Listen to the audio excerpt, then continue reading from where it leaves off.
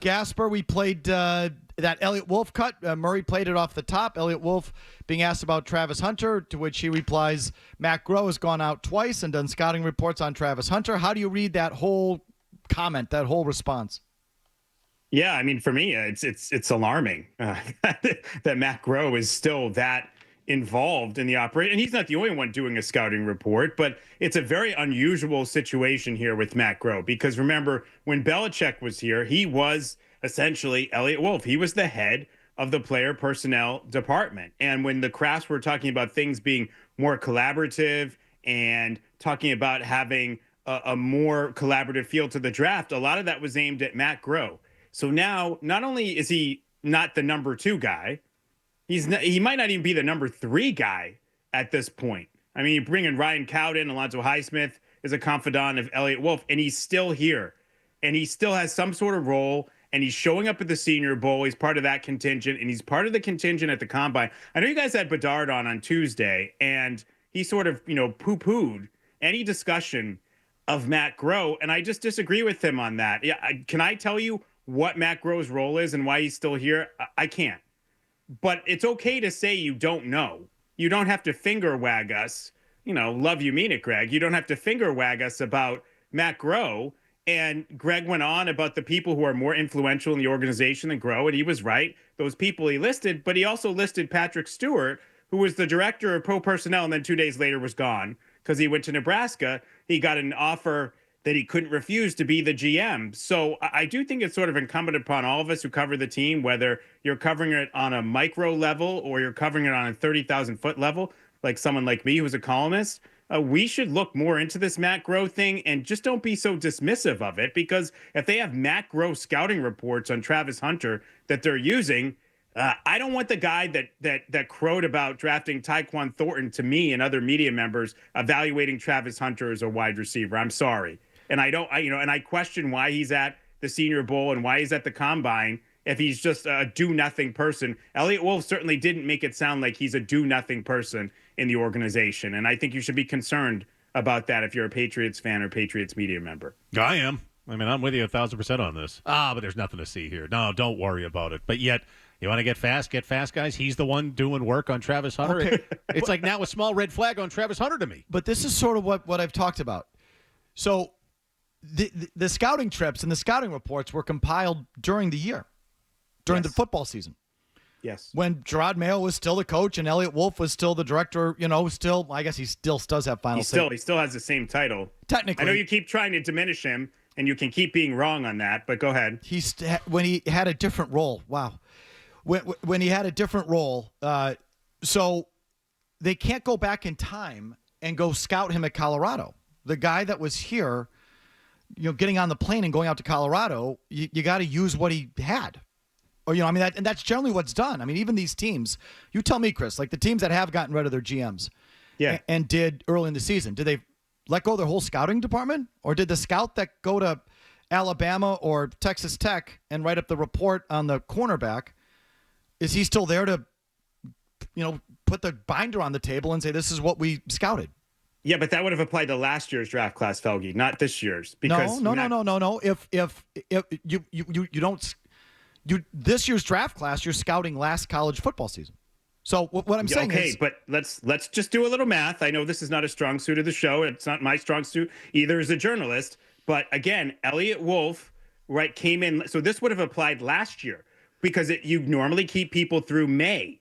So it's like, okay, Matt Gro was still the guy for most of the season when Bill was still here. Then Elliott Wolf he didn't have to keep Matt Gro after May of last year. Going into 2024 and scouting those guys in the 24 college, he didn't have to keep him. You're talking that transition. I'm talking the Vrabel transition.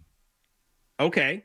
So the Vrabel transition, it's like, and again, I think these other teams that did move on from their GMs, did Brady fire all the scouts? They fired the GM. because they wanted to get Ben Johnson. They did fire after 1 year. They fired the GM. Yeah. But did they fire all the scouts that went to, again, the colleges and scouted the players? And that's fair, I guess. And I'm not trying to be a wise ass here. I really am not. No, but I can tell you've come in just. I'm confused as to what your point is. In a good place, I can tell. Is your point about Matt Gro, or is your point about Elliott Wolf? I'm confused. My point is, I still think these guys are just hanging on. The guillotine is hanging. I don't think they have any real say. The owner wants to keep them on board, so they're on board. But I do not think, in any way, shape, or form, that if we're sitting there at number 4 and Matt Gro pipes up and says, Mike, Travis Hunter's the guy, that Mike Vrabel's going to go, okay, yeah, I liked your reports. We're going to go with Travis Hunter. I don't think that's what's going on there. Yeah, so I'm specific to Gro in terms of not under. Again, you covered the league for a while. How unusual is it for a guy to go from being in charge of player personnel, and then he was still there? They could have kept, much as Elliott Wolf kept his job this year, when they brought in Gerard Mayo, they could have kept Matt Gro in that role. They ended up not doing that, in part because Gerard preferred Elliott Wolf. And so Elliott got the job, but then they hung on to Gro, which makes sense. You hang on to him through the job. But then, after May, like at that point, what is the role? And then you bring in Alonzo Highsmith, so he drops another notch. And then Vrabel comes in, and the guy drops like even another notch. Like, what is the role? That is so unusual to go from being the number 1 guy in player personnel to like number 4 or 5. And I do think that warrants some discussion and investigation. And anybody that's going to the Senior Bowl for them and the combine as part of a management group, not just the scouts, but as part of a management group. That intrigues me, because you don't have to take everybody with you. And obviously they're taking him with them, and Elliott Wolf. So it could be because Elliott Wolf likes him and feels that he is somebody who's a good resource. And that's Elliott Wolf's right. But I would like to know that, instead of us just dismissing that he has no influence, no say, nobody listens to him. He's just doing the TPS reports. Why are we assuming that? I am just assuming it. I am. Yeah. I don't know what there is. I don't know how, other than getting inside the walls, we're not going to know. I mean, front facing, Gasper, back to your Elliott Wolf point. I mean, you're right. Front facing, he says he has full control. I'm sure he does. It's in his contract. And I'm sure it's written that way as well. Yeah. Practically speaking, do you think he does not? Okay. No. So no, he did not. And I don't think he will. And I think it's a combination of, one, the Crafts just not wanting to pay off more contracts, or these guys ingratiating themselves with the Crafts. Obviously, that has to be with both Gro and Wolf. That maybe the Crafts like them and want to keep them on board because they're loyal, or maybe they're give them information, or for whatever reason. Is that a good thing? Does that sound like a functional organization that will work well in a rebuild? No way. If the reason for keeping people around is that you like them and they'll give you intel on what's happening. No. Nope. Okay, so then we should talk about this, because it's indicative of maybe, or potentially indicative of the idea that this might not go well. But I do think the other part of it is, that's part of it. The other part is that I'm sure, so Tennessee changed their GM, Jacksonville changed their GM, Vegas changed their GM. I bet if you looked at the scouts that are there in Indy, I bet there are a lot of the same guys whose bosses just got fired. You know what I mean? Like, that transition, usually the axe usually falls after the draft for those scouts, right? So you still think Elliott Wolf's going to get fired after the draft? Is that what you're saying? Not surprise me one single bit. Or be, I would be very surprised by it. Or be just completely neutered, And again, how are we going to know? How are we going to know who made the call? But let me say, I think this is interesting. If the reporting today is true, and we're going to get 2 quarterbacks that go in the top 3, and Abdul Carter is like a consensus number 1, number 2 guy. And so if the first 3 picks off the board in whatever order are Abdul Carter, Shadir Sanders, and Cam Ward, and you're sitting there at 4, and you've got Travis Hunter, Will Campbell, and Mason Graham. You've got right? What feels like a Mike Vrabel pick? Graham. One of the linemen, right? Yeah. Or Campbell, right? Because after all, Vrabel's talking O-line, D-line, O-line, D-line. Mm-hmm. If one of those guys go, it's pretty, I don't know. I think you could read that and say that's Vrabel's influence. If the Travis Hunter kid is the pick, wouldn't you say that didn't sound like what Vrabel was talking about? Yes. You know what I mean? So maybe Well, it depends. It depends on how he feels about Hunter and whether he feels he can play both ways and there's value there. I wouldn't just assume like if it's Hunter, that means Vrabel lost out. But I hear what you guys. I mean, I think it's a little more nuanced than that. Like Wolf has talked about, you have to win through the offensive and defensive line too. So maybe they're in agreement. I wouldn't sit out there and say like Wolf absolutely doesn't want to, in that scenario, would not want to draft. See, and I'll just Mason stop you there. Graham Last year at this time, Wolf was talking about weaponizing the offense. This year, was. offense line, defensive line, because he's falling in line with his boss's wishes, which is what the practical reality is, if not the contractual reality. Well, he's not his boss because the way it works in the organization is Elliott Wolf reports to the Crafts and Vrabel reports to the Crafts. Neither one of these guys reports to the other one. At least Chris, right now. how do you That's the way it works. How do you explain then the change in Wolf's philosophy?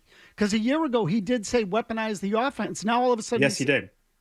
Right, Because he thought the offensive line was better than it was, and he was dead wrong. I don't think that's like some big change. As he said, like it's not just the Super Bowl. Like this guy's been an offensive line, defensive. Most of these guys say offensive line, defensive line. So I know last year he said weaponize the offense. That doesn't mean he has no interest in the offensive or defensive. I would dispute the idea that it's a change in his philosophy. It might be a change in what he's saying publicly, but I would dispute the idea that it's a change in his philosophy. Chris, I didn't say that it was a big change, or I don't even know that he doesn't care about the lines. I didn't say that. Yeah. I'm just telling you what he was trying to sell a year ago. When it was his organization and he was making all the personnel decisions, he talked about weaponizing the offense. Now Vrabel talks about the trenches, and conveniently, Wolf's message is the same thing. So it feels like the arrival of one person influenced the organizational thinking.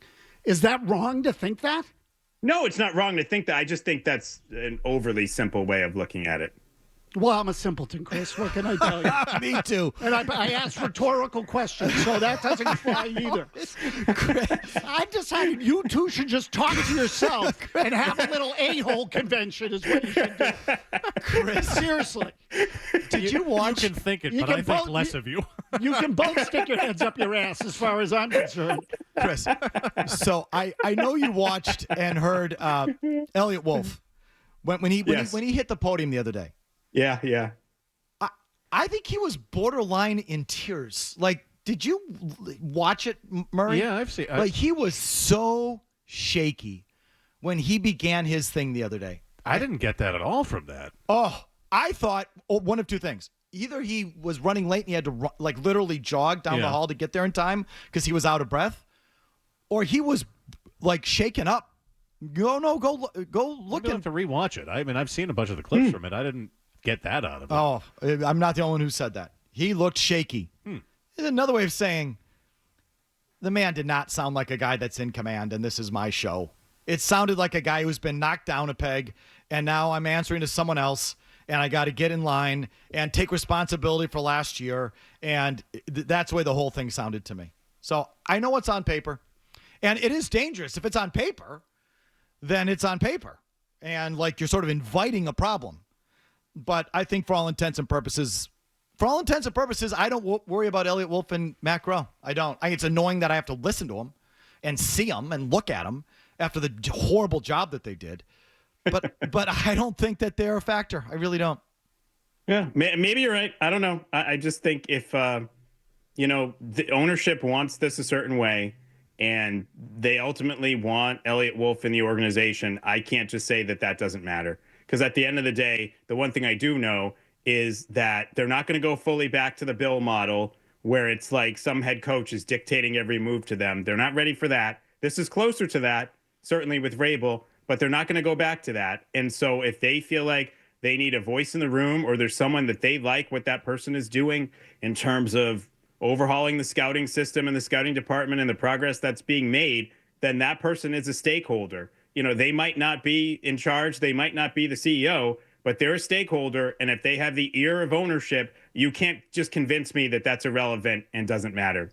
Okay. Sorry. Everyone took to be him claiming he has total control. You read it differently the moment he said it. Yeah, I did. I did read it differently. I mean, he obviously has a great deal of influence, but we all know Mike. We've covered him. Mike's a straight shooter. If Mike had total control, he would tell you. he wouldn't sort of dance around it the way they did. And I was just surprised that everybody that day was like, oh, this is Vrabel saying he has final say. And I was like, I don't know. This is like him sort of saying, something else. Again, he's not a guy that beats around the bush. So contractually, if he had final say, he would be like, yeah, I got final say contractually. He doesn't. Now, again, we'll see how it plays out. I think practically he probably does have final say, but that's why there are legal documents. We all know something should be a certain way, but if a legal document says it's a different way, sometimes that can come back to bite you. I just think overall this is going to be a little bit more collaborative than you guys do. I think that's the goal, at least from ownership to start out. Now, could it change and evolve in a different way? Mike Vrabel's a much stronger personality than Elliott Wolf, and that ultimately could lead to the fact that Elliott Wolf is deferring to him on everything, and he's kind of leading him around by the nose. Absolutely. But I don't think that's the way they intended to be and the way it's set up at the outset. Okay. What does it mean practically now for the players that might be on the board? Let's just assume Field. Well, first of all, your thoughts on, I believe it was Field Yates who reported that the growing consensus is that the quarterbacks will be gone in the top 3. What does that mean for the Patriots? Well, first of all, do you agree with that? Field he's there. I'm not there. He has great insight. I'm not surprised by that. I would agree with it just because I feel like every year teams talk themselves into overdrafting quarterbacks, and quarterbacks get full of helium and start to rise because it's the most important position, not only in football, but probably in all of North American team sports in terms of dictating success or failure. So I could see teams like the Giants, especially now that Stafford is off the board and went back to the Rams. I could see those teams making that decision. Particularly the Giants at 3, to roll the dice with whoever's left, whether it's Cam Ward or Shedeur Sanders. That would be bad news for the Patriots because I really feel like the best path for them, guys, is that one of those quarterbacks is there at 4 and they can convince Brady and the Raiders to move up or some other quarterback desperate team to move up, and they move down and get more draft capital. I don't, unless it's Abdul Carter or Hunter.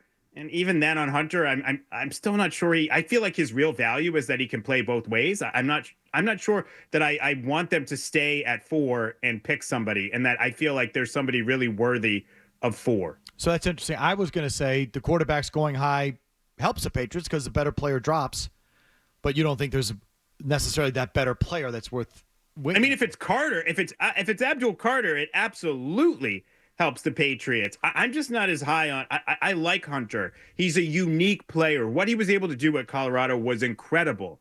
I disagree with him. I just don't think he's going to be able to do that in the NFL. I think he's for the most part going to have to pick a lane. It's not going to be on both sides of the ball. I think it could be more like 80-20, 80% one position, 20% the other. And then I'm not totally sold that, let's say he's a wide receiver 80% of the time.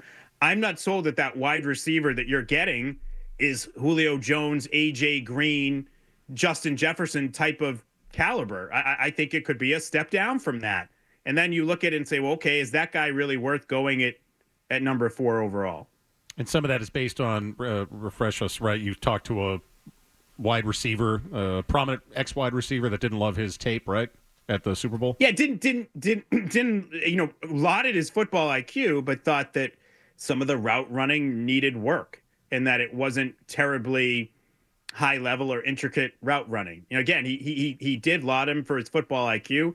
He does have a feel for playing that position, but is he totally polished? And then athletically, he's an incredible athlete, obviously, but you get to this level, the NFL, it's real. I mean, you have to be really unique and really special as an athlete to just like out athlete people. Jamar Chase can do it. Saquon Barkley can do it, but there aren't that many people who can do it. And that's a big part of what he was able to do at Colorado. I like the player. And I think for a team that had fewer needs, he makes a lot of sense.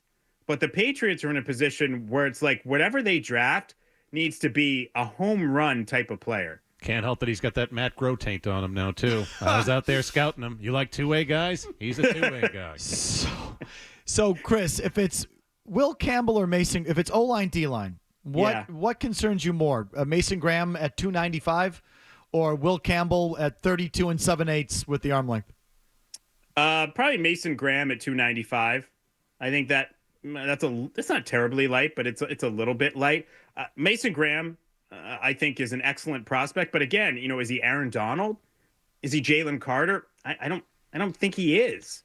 And if you get somebody like Milton Williams in free agency and then Barmore comes back healthy or healthy enough, then how big of a need is that really? In that scenario, I would lean towards Will Campbell. I have faith in him. I think he has it athletically. He's a good technician. And there's other guys that people have questioned the arm length on before. Rashawn Slater of the Chargers is a guy who stands out, and they've been able to overcome it and become pretty good players. And even if he's not a top 5 left tackle, the paucity of players at that position is in such a manner that even if he, say, develops into a top 12 left tackle, then that's a really valuable piece, particularly for them with Drake May. If you like that clip, check out more videos from Felger and Mazz here.